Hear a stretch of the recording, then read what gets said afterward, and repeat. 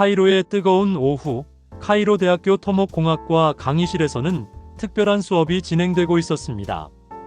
아흐메드 하산 교수가 오늘 준비한 주제는 바로 한국 건설의 기적이었습니다.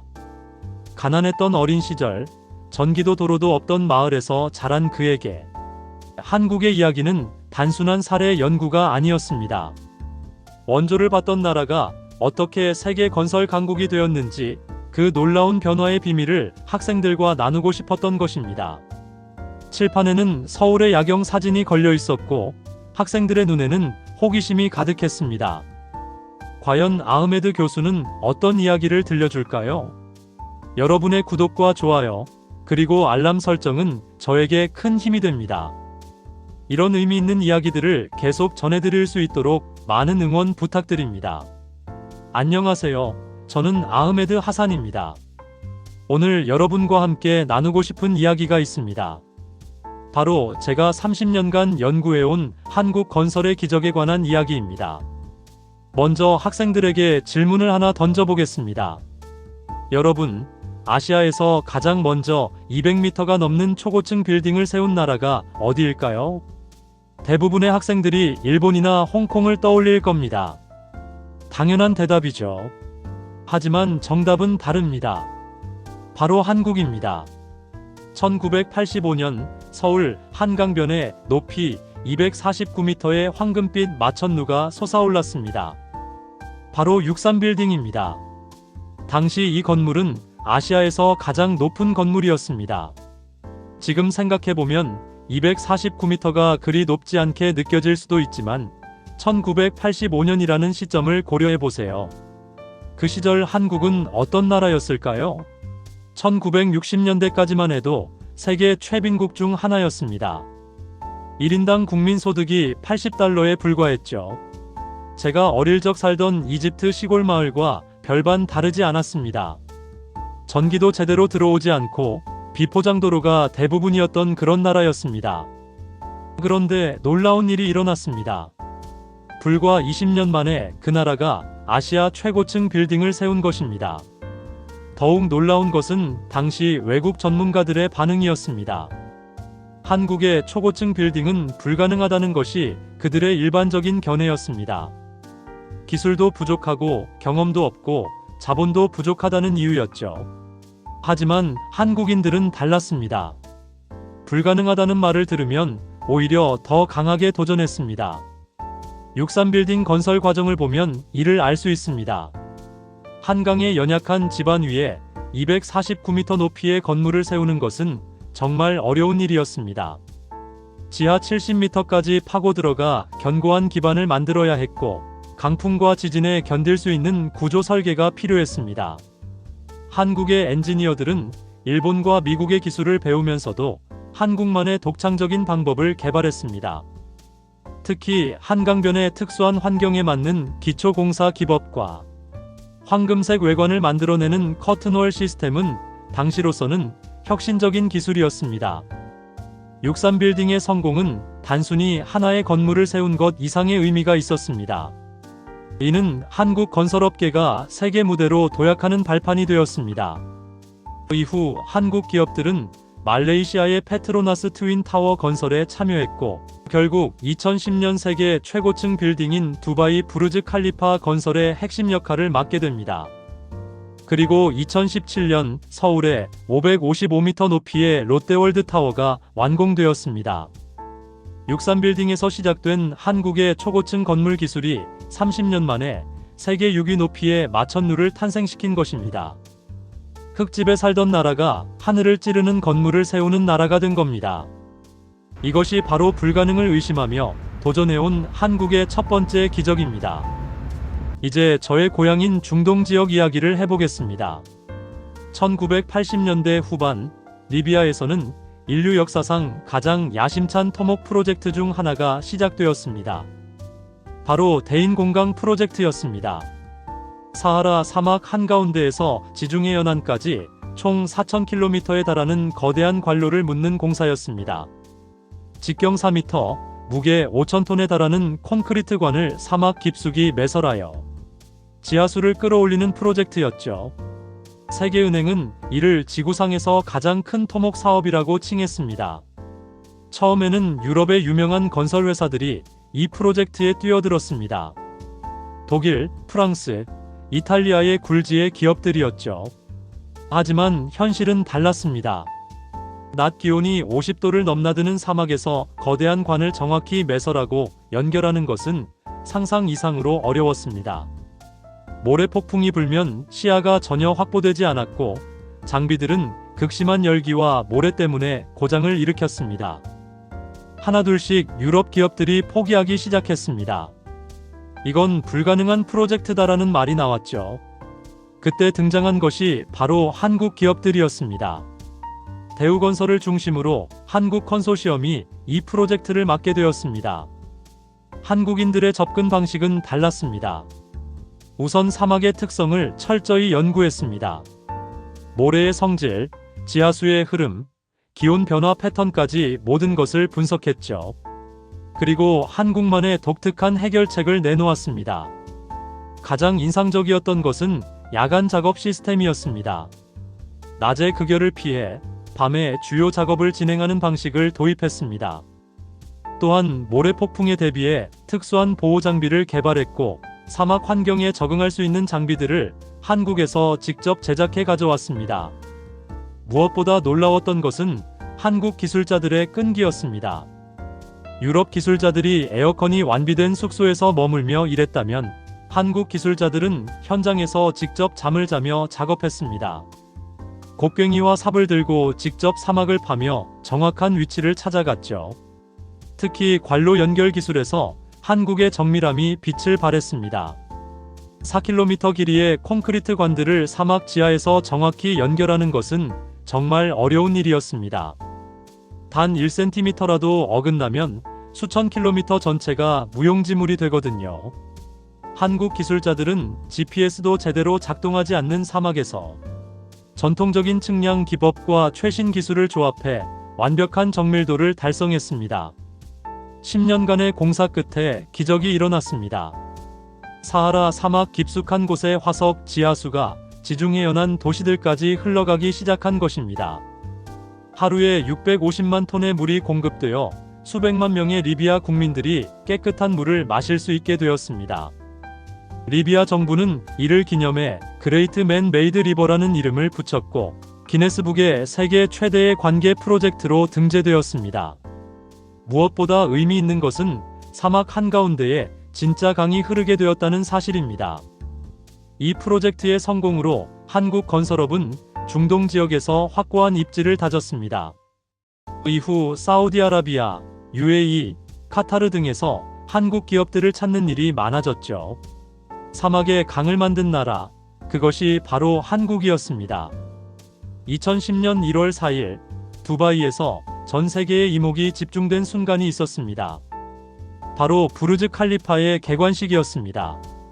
높이 828m, 163층으로 이루어진 이 건물은 인류가 만든 가장 높은 건축물이었습니다. 그런데 이 세계 최고층 빌딩의 중심에는 한국 기업이 있었습니다. 바로 삼성물산이었죠. 학생들에게 종종 묻습니다. 여러분들은 부르즈 칼리파가 어떻게 지어졌는지 아시나요? 대부분은 UAE의 기술이나 서구의 첨단 기술로 만들어졌을 거라고 생각합니다. 하지만 실제로는 한국의 기술과 경험이 핵심 역할을 했습니다. 부르즈 칼리파 건설의 가장 큰 난제는 바로 사막의 극한 환경이었습니다. 낮 기온이 50도를 넘나드는 상황에서 콘크리트가 제대로 굳지 않는 문제가 있었죠. 또한 828m 높이에서 오는 강풍과 모래폭풍을 견뎌야 했습니다. 삼성물산은 이미 리비아 대수로 프로젝트에서 사막 건설의 노하우를 축적하고 있었습니다. 그 경험을 바탕으로 부르즈 칼리파만의 특별한 해결책을 제시했습니다. 첫 번째는 특수 콘크리트 기술이었습니다. 사막의 고온에서도 제대로 굳을 수 있는 콘크리트를 개발했습니다. 얼음을 섞어 온도를 낮추고 특수 첨가제를 넣어 경화 시간을 조절하는 기술이었죠. 또한 야간에 콘크리트를 타설하여 온도 문제를 해결했습니다. 두 번째는 Y자형 구조 설계였습니다. 일반적인 사각형 건물로는 828m 높이를 견딜 수 없었습니다. 삼성물산은 Y자 모양으로 건물을 설계하여 바람의 저항을 줄이고 구조적 안정성을 높였습니다. 이는 한국 전통 건축의 첨화 구조에서 영감을 얻은 것이라고 합니다. 세 번째는 정밀한 시공 관리였습니다. 163층까지 정확히 수직을 맞춰 올라가는 것은 정말 어려운 일이었습니다. 1층에서 1mm 어긋나면 최상층에서는 수십 센티미터가 어긋날 수 있거든요. 한국 기술자들은 매일 GPS와 레이저 측량을 통해 정확도를 확인하며 시공했습니다. 가장 위험했던 순간은 높이 500m를 넘어서면서부터였습니다. 강풍으로 인해 크레인 작업이 중단되는 날이 많았고 작업자들의 안전도 심각한 문제였습니다. 하지만 삼성물산은 단 한 번의 대형 사고도 없이 공사를 완료했습니다. 이는 철저한 안전관리와 한국 특유의 팀워크가 만들어낸 결과였죠. 부르즈 칼리파의 성공은 한국 건설업계의 새로운 전환점이 되었습니다. 이후 말레이시아의 메르데카일 18 빌딩 건설에도 한국 기업이 참여했고 2017년에는 서울의 롯데월드 타워를 완공했습니다. 특히 롯데월드 타워는 의미가 남달랐습니다. 해외에서 쌓은 초고층 건축 기술을 한국 땅에 그대로 적용한 것이었거든요. 석촌호수 옆이라는 특수한 입지 조건과 지진 대비 설계, 그리고 한국의 기후에 맞는 외장재 선택까지 모든 것이 한국의 독창적인 기술이었습니다. 제가 학생들에게 항상 강조하는 것이 있습니다. 한국의 기술 없이는 지금의 세계 스카이라인을 그릴 수 없다는 점입니다. 두바이, 쿠알라룸푸르, 서울의 하늘을 장식하는 초고층 빌딩들 뒤에는 모두 한국의 기술과 정신이 숨어 있습니다. 1960년대만 해도 초가집이 대부분이었던 나라가 50년 만에 세계 최고층 건물의 뼈대를 세우는 나라가 되었습니다. 이것이 바로 하늘을 찌르는 한국의 도전 정신이 만들어낸 기적입니다. 한국의 또 다른 자랑거리에 대해 이야기해 보겠습니다. 바로 교량과 철도 기술입니다. 삼면이 바다로 둘러싸인 한국의 지리적 특성상 바다를 건너는 기술은 필수적이었습니다. 그리고 한국은 이 분야에서도 세계를 놀라게 했습니다. 2009년 10월 인천대교가 개통되었을 때의 장면을 잊을 수 없습니다. 총 길이 21.4km의 이 다리는 한국에서 가장 긴 교량이자 세계에서 5손가락 안에 드는 초장대 교량이었습니다. 특히 중앙부의 현수교는 주탑 간 거리가 800m로 세계 5위 규모였죠. 하지만 인천대교의 진짜 대단함은 단순히 길이에 있지 않았습니다. 가장 놀라운 것은 바다 밑 60m 깊이에 세계 최초로 설치된 초심도 케이슨 기초였습니다. 케이슨이란 교량의 기둥을 세우기 위해 바다 밑에 설치하는 거대한 콘크리트 구조물인데 보통은 20에서 30m 깊이에 설치합니다. 하지만 인천대교는 60m 깊이까지 들어갔죠. 왜 그래야 했을까요? 인천 앞바다는 조수간만의 차이가 세계에서 두 번째로 큰 곳입니다. 썰물과 밀물의 차이가 무려 9m나 되죠. 또한 서해의 뻘과 모래가 계속 쌓이는 지역이라 기초가 약해질 수 있었습니다. 이 모든 조건을 고려해 세계에서 가장 깊은 교량 기초를 만든 것입니다. 더욱 놀라운 것은 내풍 설계였습니다. 인천대교는 태풍과 강풍을 이겨내기 위해 특별한 구조를 갖고 있습니다. 교량 상판에 구멍을 뚫어 바람이 통과할 수 있게 했고 케이블의 진동을 막기 위한 댐퍼도 설치했습니다. 실제로 태풍 매미급의 강풍에도 견딜 수 있도록 설계되었죠. 인천대교의 경제적 효과도 놀랍습니다. 이 다리가 생기면서 서울에서 인천공항까지 가는 시간이 1시간이나 단축되었습니다. 연간 3조 원의 경제 효과를 창출한다고 하니 건설비 2조 3천억 원을 생각하면 정말 성공적인 투자였죠. 또 다른 걸작은 거가대교입니다. 이 다리는 세계 최장의 해저 침매 터널을 포함하고 있습니다. 침매 터널이란 미리 만든 터널 부분을 바다에 가라앉혀서 연결하는 방식인데 당시 네덜란드와 덴마크 같은 터널 선진국들도 엄두를 내지 못하던 공법이었습니다. 거가대교의 해저 터널 부분은 길이 3.7km로 당시 세계 최장 기록을 세웠습니다. 바다 밑 48m 깊이의 터널을 설치하는 것은 정말 어려운 일이었습니다. 조수간만의 차이, 해류의 변화, 그리고 선박 통행까지 모든 것을 고려해야 했거든요. 한국 기술자들은 독창적인 해결책을 내놓았습니다. 터널 부분을 8개 구간으로 나누어 각각 따로 제작한 후 정확한 위치에 침설하는 방식이었습니다. 1cm라도 어긋나면 연결이 불가능한 정밀 작업이었죠. 하지만 한국 기술자들은 GPS와 수중 로봇을 활용해 완벽하게 성공시켰습니다. 이제 철도 이야기를 해보겠습니다. 2004년 4월 1일 한국의 KTX가 개통되었습니다. 세계에서 네 번째로 고속철도를 보유한 나라가 된 것이죠. 서울에서 부산까지 4시간 10분 걸리던 여행이 2시간 40분으로 단축되었고 지금은 2시간 15분까지 줄어들었습니다. KTX의 기본 기술은 프랑스 TGV를 도입한 것이었지만 한국의 지형과 기후에 맞게 많은 부분을 개량했습니다. 특히 경부고속철도 구간의 급경사와 급커브를 해결하기 위한 기술은 한국만의 독창적인 것이었습니다. 가장 어려웠던 구간은 천안과 대전 사이의 차량 산맥 구간이었습니다. 20km가 넘는 터널을 뚫어야 했는데 화강암과 편마암이 섞인 복잡한 지질 구조 때문에 공사가 매우 어려웠습니다. 하지만 한국의 터널 기술은 이미 지하철 건설로 많이 발달해 있었기 때문에 성공적으로 완료할 수 있었습니다. KTX의 성공은 해외 진출로 이어졌습니다. 2016년 터키에 한국형 고속철도를 수출했고 현재는 인도네시아 자카르타와 반둥 고속철도 건설에도 참여하고 있습니다. 특히 인도네시아 프로젝트는 중국과의 치열한 경쟁 끝에 한국이 승리한 의미 있는 사례였습니다. 제가 항상 학생들에게 강조하는 것은 한국의 다리와 철도는 단순한 길이 아니라 시간을 바꾼 기적이라는 점입니다. 부산에서 서울까지 하루 종일 걸리던 여행이 2시간으로 인천공항까지 2시간 걸리던 길이 30분으로 바뀌었습니다.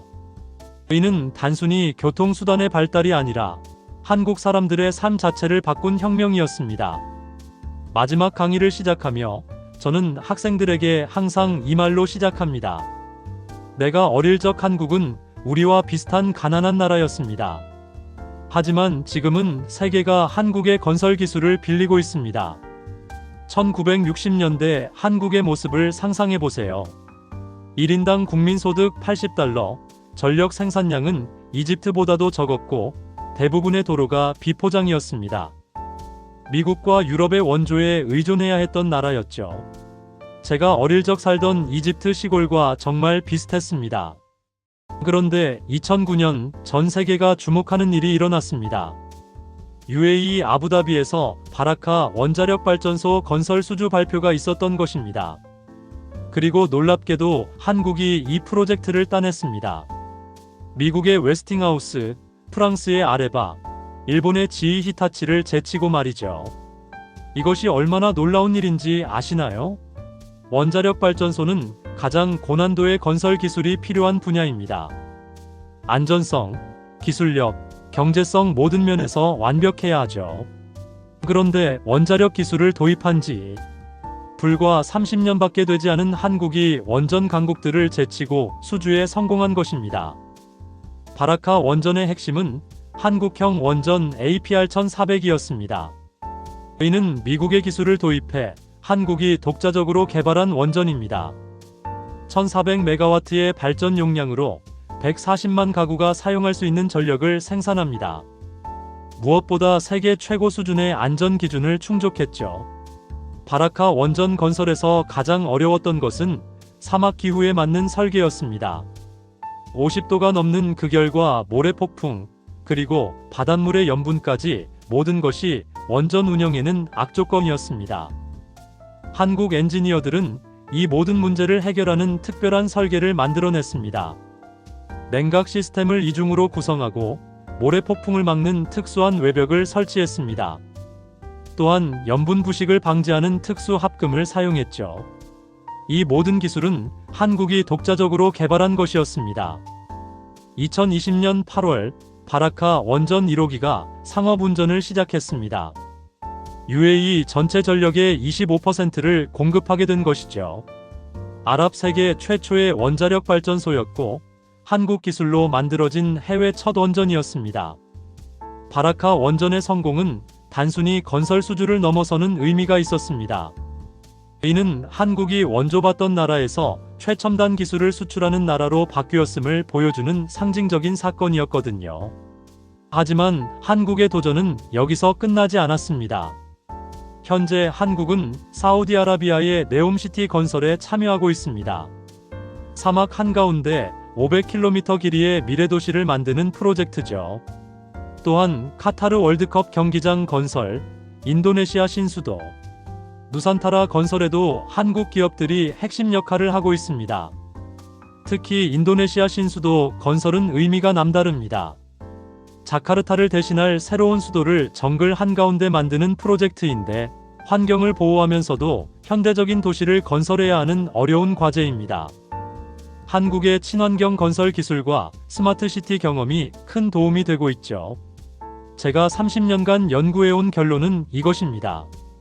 한국의 건설은 단순한 건축 기술이 아니라 불가능을 가능으로 만든 희망의 역사라는 것입니다. 63빌딩에서 시작해 부르즈 칼리파까지, 리비아 사막에서 바라카 원전까지 한국은 계속해서 세계가 불가능하다고 여기는 일들을 해내왔습니다. 그리고 그 원동력은 무엇이었을까요? 저는 그것이 바로 한국인들의 특별한 정신에 있다고 생각합니다.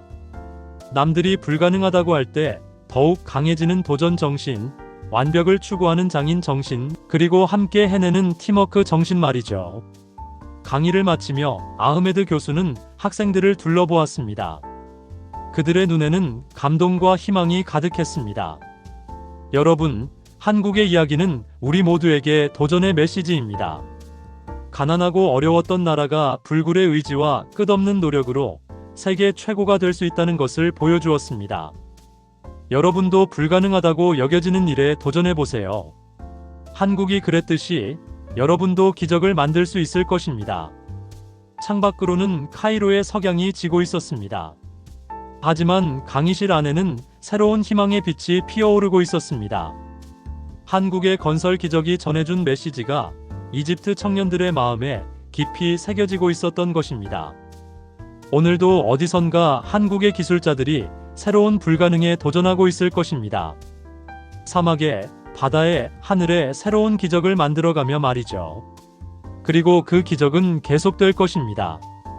한국의 건설은 단순한 건축 기술이 아니라 불가능을 가능으로 만든 희망의 역사입니다.